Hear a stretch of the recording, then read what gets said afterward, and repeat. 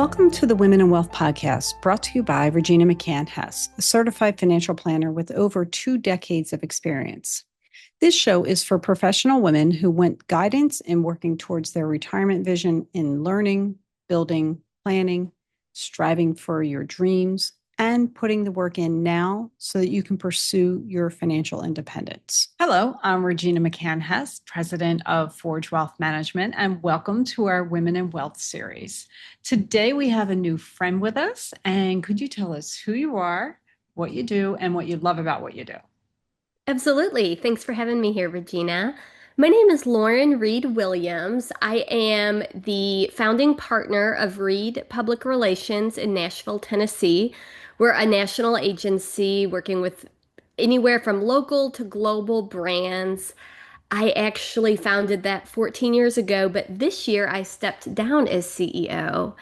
And I am in this phase of life where I don't have my day-to-day routines. I've had to empower my team and let them step up while I really determine what this next phase of my life looks like. And I have co-founded, actually with my financial advisor, a group called Wealth of a Woman.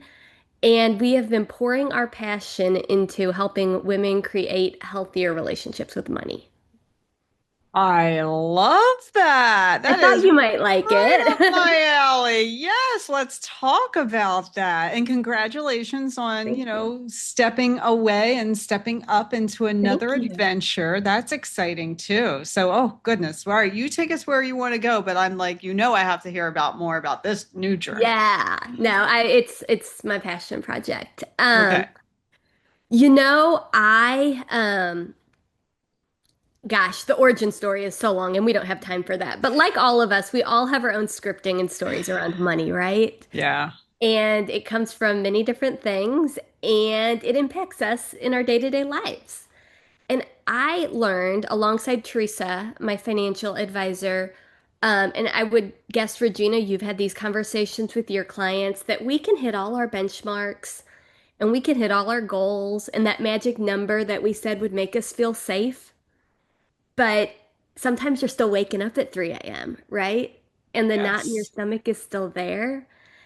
And I was on a mission in my 20s and 30s to overcome the financial insecurity that I grew up with. Ironically, I grew up with entrepreneurial parents. So I said I would never be one. But if you want to hear God laugh, tell him your plans. He threw me I right into That's how it entrepreneurship. works. That's how it works. But I said I'm going to do this differently. Um, And I did everything right. Okay. I did the got out of debt snowball. I listened to all of the gurus. I invested as they said I should.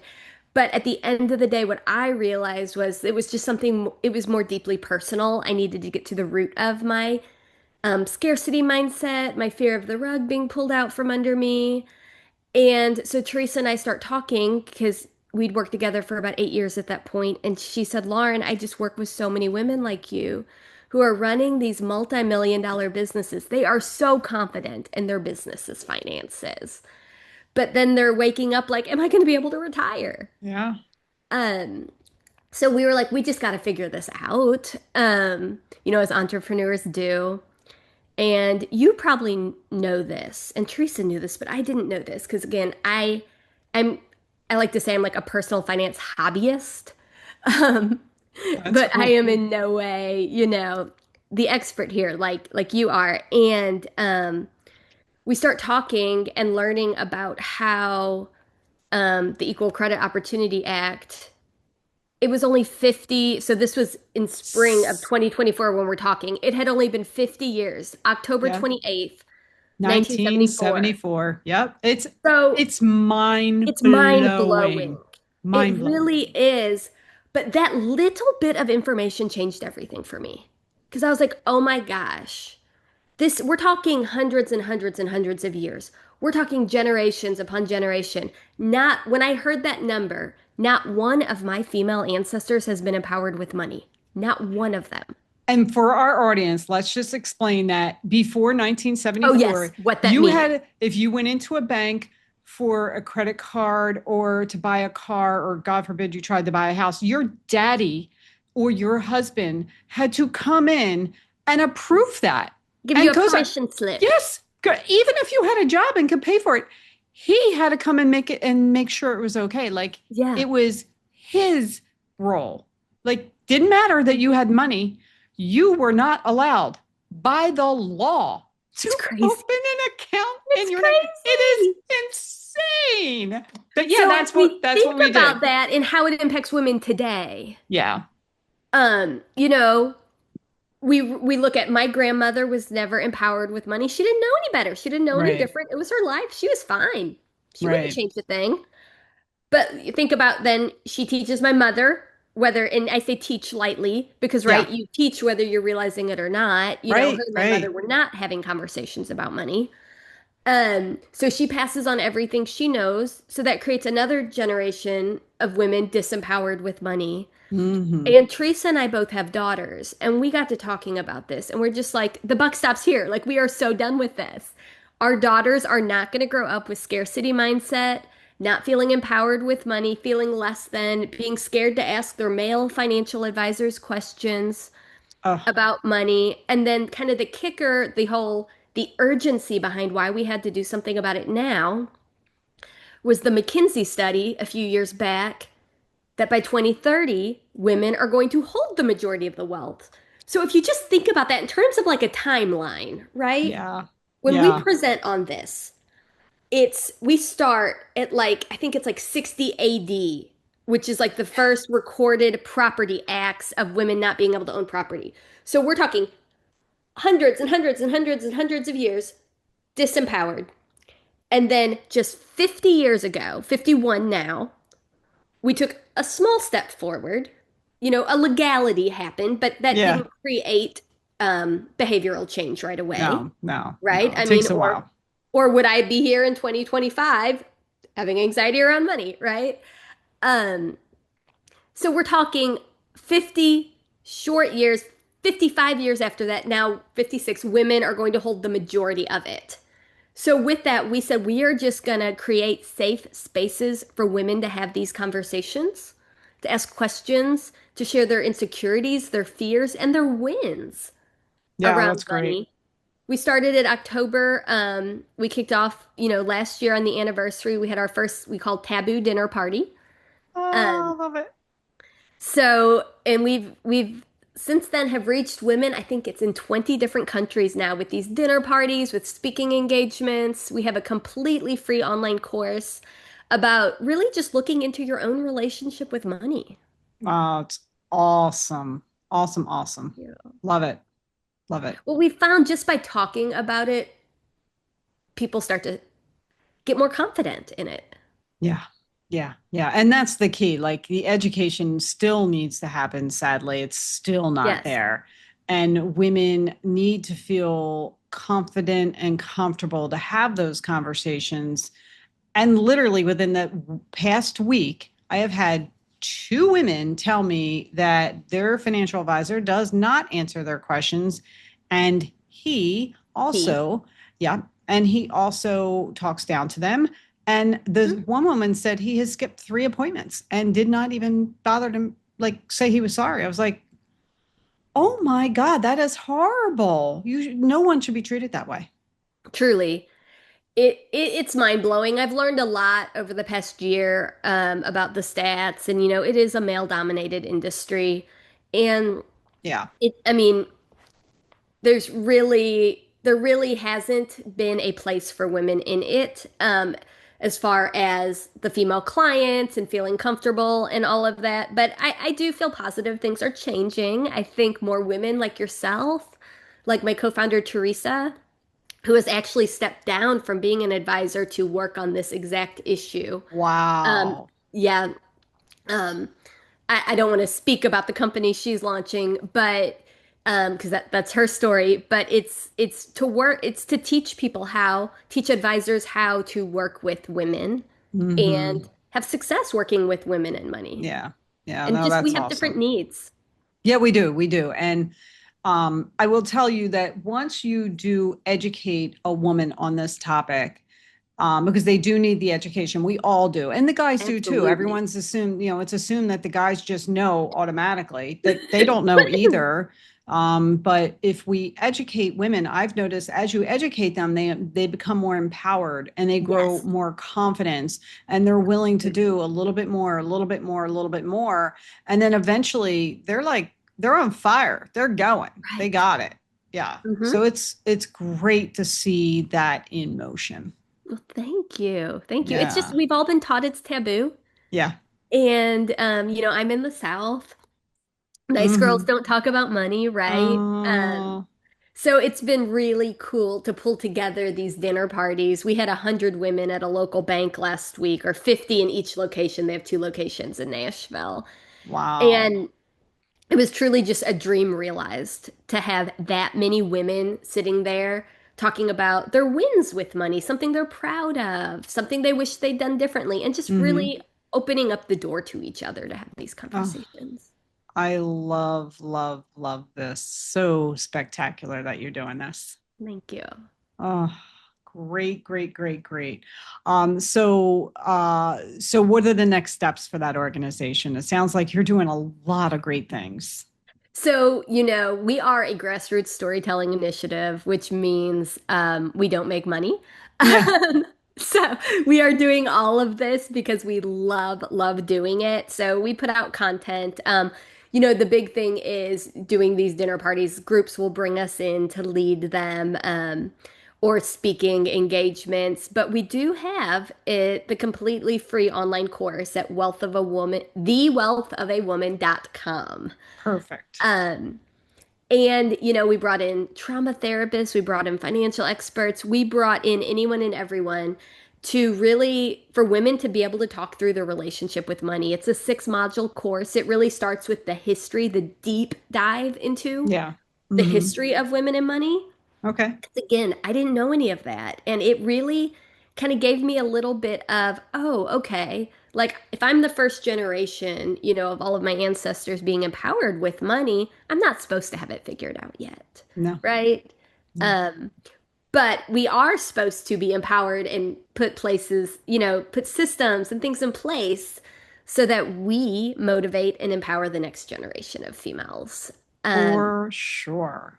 my favorite part of the course is actually the module on core values, where we really look at what we want our life to look like and our personal core values, and then we look at our financial planning and figure out if it aligns.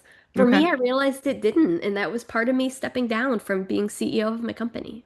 Okay. Wow. Okay.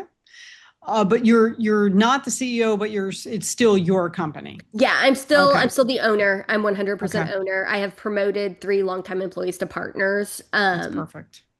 And I have taken this year to spend time with my family. I have 4 kids, Oh, and to really work on Wealth of a Woman.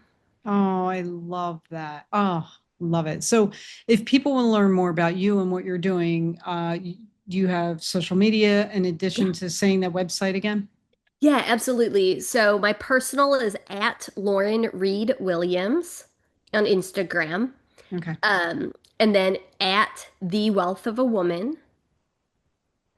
And then if you're interested in the company I've built, it's female owned, fully female PR marketing firm. We were recently named Nashville's best boutique agency, so that was Nice. fun and that was really rewarding because it happened the year I stepped down. So it Wow. showed me, this can live on without me. Yeah. Yeah. And that's at read_PR on Instagram. Very, very cool. Yeah, I was on your PR site and it looked very, very intriguing. I mean, Oh, thank you. you're doing really good things. I appreciate that. It's a great group of Mm, women. yeah, of course, of course. That's amazing. Okay, so you are on fire doing all this stuff. That's great, great work. It's passion, of course. And labor of love is what Labor I of call love for my sure. yeah, I call my podcast the labor of love because it's a lot of work, but I get to meet people like you. I get to hear stories like this and then share it with our listeners. So it's amazing. Well, one of the questions I like to ask though is what are some of the challenges that you have faced as a professional woman? Ooh. Always a fun one. Oh, yes. I mean, there's always the cliche. Work-life balance. If I'm at home, I'm letting down people at the office. If I'm at the office, I'm letting down my kids, right? I think that is probably the biggest challenge because, with entrepreneurship, at times you feel the weight of the world. Yeah. 16 employees, I have to make payroll, right? Yeah. Like, Mm-hmm. so sometimes it's easy to let that pressure override everything else in my life. Yeah. And especially early on in the days of running my company, before I had really built up an amazing leadership team, um, I would say I don't have an answer to that in any way, except I just take it day by day now. And like I look at my schedule on a weekly basis on Sunday nights, and I know that there might be 3 days where I'm going to miss soccer practice or whatever, right? But oh, look, I have all weekend unscheduled and I can cut out late on Friday to spend with my kids. So I've had to get over this whole balance thing. It's never going to be a perfect balancing No. act. No. Um, I try to ask myself, am I fully in the moment where I am? Good question. That's a good Um, question. because I think I've spent a lot of time, and I think a lot of women have, trying to show up for people, but then our minds are elsewhere, right? And I actually got this feedback a few years back. We did 360 reviews in our agency of our leadership team. So all of our employees reviewed us. Um, and there was a note in mine, and it was anonymous, that sometimes I'll observe meetings, but I'm on my laptop answering Mm. emails. And in my mind, I was showing up for them. You know what? Oh. I'm here, right? Yeah. I'm here. I'm Yeah. with you. I'm half listening. They would rather me not be there at all than be there and half listen. Yeah. All right. So that was kind of this aha for me that I was trying to be everything to everyone, but I was really not accommodating anybody. Yeah. Wow. That had to be painful, but a Yes. great, great feedback. There were tears. Yeah, Fine. yeah. I would be upset too because I would feel like I let them down and Yeah, well, all and that. like, oh gosh, that was not my heart, Yeah. right? Yeah. Like I was Right. I was trying. And Right. it just I didn't show up the way I thought I was. And that was really great feedback. And Yeah. it has honestly changed me in a lot of ways. Like now, if I'm at home, with my kids, or like, yes, emails have to be answered, but I need to make sure to sit down and have this face-to-face quality time with them first, not try to Yeah. do both at the same time. Amen to that. Yeah, that was great. You know what? It was painful, but it taught you a valuable lesson and it let you fix it. And now you're Absolutely. enjoying your time with your family and with work a little bit better. Absolutely. Oh, good. Good for you. Good for you. Thank you. So let's go in the time machine and just assume like you're approaching retirement. What's your vision of retirement? How do you I see it? want lots of grandkids. Oh, there you go. Okay. I want so many grandkids. I have 4 kids, so Yeah. hopefully I've set myself up for success. There should be an Yeah. ROI there. Um, we recently moved out to the country about an hour outside of Nashville, um, to a little farmhouse. So we're on 5 acres, Oh, nothing wow. huge. But I'm kind of starting the hobby farm life and just loving it. My vision is what I really hope to feel is just peace. I mean, I think that's what we're all seeking Nice. is, Yes. you know, I- probably 3 years ago, I would have given you a number if you said yes to me that question. Okay. Oh, I need X amount. But my vision, I think I'm trying to look more at the kind of the intangibles. And something we do through Wealth of a Woman is whenever we engage with a new group of women or sit down at a dinner party, we ask them, what does wealth mean to you? And I'll tell you, no one says money. Oh, yeah. No, no, Ever. It's not no. money. It's your It's health, your family. freedom, it's your health. For me, freedom, I mean, freedom and peace are interchangeable. Right. Because if I have the freedom to, you know, go visit my Yeah. kid across the country or whatever, then I'm going to have peace, right? Yeah. And if I have peace in my heart that my needs are taken care of, I'm going to have the freedom to explore my other interests. Right. Um, but yeah, I've spent 2 decades I turned 43 last week, so Happy am in birthday. kind of a reflective mode. But really spent my 20s and 30s just hustling, Hmm. working so hard to be better, be better than have more than what I grew up with, provide my kids with the best life, things I thought like, well, I didn't get that, so I want to give them. And I think I'm just hitting a point where it's like everyone is here just doing their best. Yeah. My parents did the best they could with their resources, My mom didn't know any better.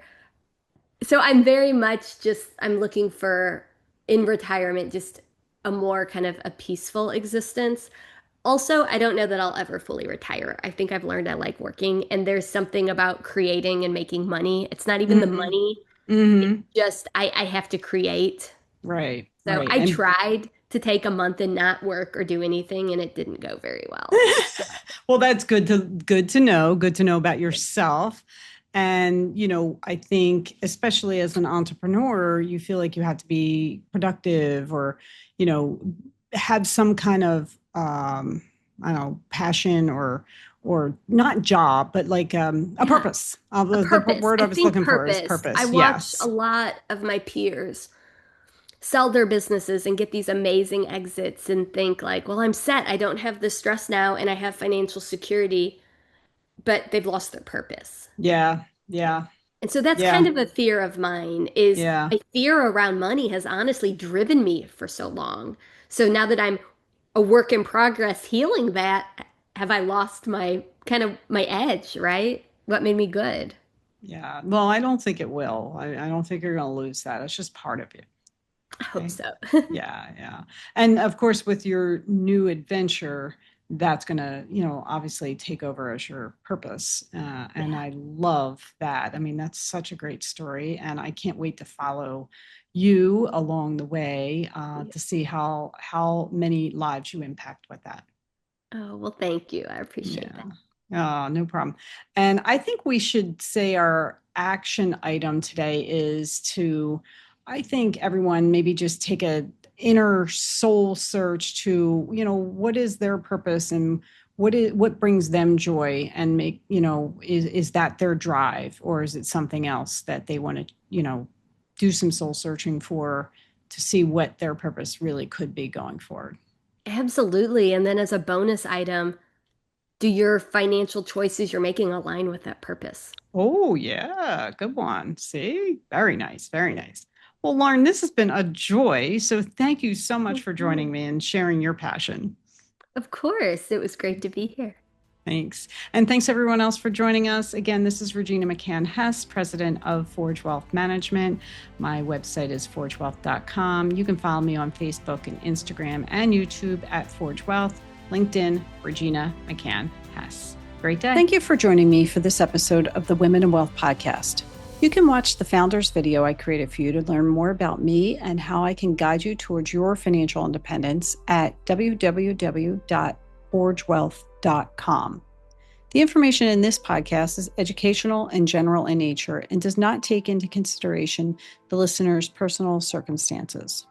Therefore, it is not intended to be a substitute for specific, individualized financial, legal, or tax advice. To determine which strategies or investments may be suitable for you, consult the appropriate qualified professional prior to making a final decision. Securities are offered through LPL Financial, member FINRA, and SIPC. Investment advice offered through Private Advisor Group, a registered investment advisor. Private Advisor Group and Forge Wealth Management are separate entities from the LPL Financial. Our show guests and their companies are not affiliated with nor endorsed by LPL Financial, Private Advisor Group, or Forge Wealth Management.